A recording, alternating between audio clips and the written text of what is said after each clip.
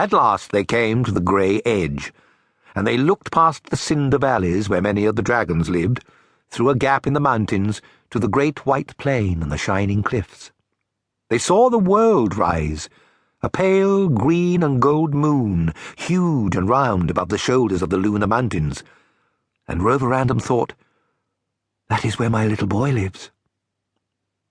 It seemed a terrible and enormous way away. "Do dreams come true?" he asked. "Some of mine do," said the old man. "Some, but not all, and seldom any of them straight away, or quite like they were in dreaming them. But why do you want to know about dreams?" "I was only wondering," said Roverandom. "About that little boy," said the man. "I thought so." He then pulled a telescope out of his pocket. It opened out to an enormous length. "A little look will do you no harm, I think," he said. Roverandom looked through it. When he had managed at last to shut one eye and keep the other open, he saw the world plainly. First he saw the far end of the moon's path falling straight into the sea, and he thought he saw, faint and rather thin, long lines of small people sailing swiftly down it, but he could not be quite sure. The moonlight quickly faded. Sunlight began to grow, and suddenly there was the cove of the sand sorcerer. But no sign of Psamathe. Psamathe did not allow himself to be peeped at, and after a while the two little boys walked into the round picture, going hand in hand along the shore. "Looking for shells or for me?" wondered the dog. Very soon the picture shifted, and he saw the little boy's father's white house on the cliff, with its garden running down to the sea, and at the gate he saw an unpleasant surprise.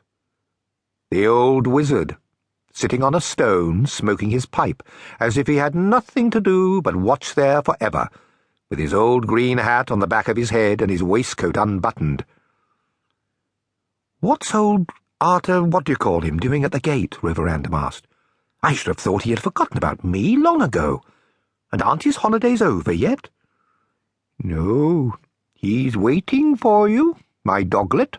He hasn't forgotten. If you turn up there just now, real or toy, he'll put some new bewitchment on you pretty quick. It isn't that he minds so much about his trousers, they were soon mended, but he is very annoyed with Psamathe for interfering, and Psamathe hasn't finished making his arrangements yet for dealing with him."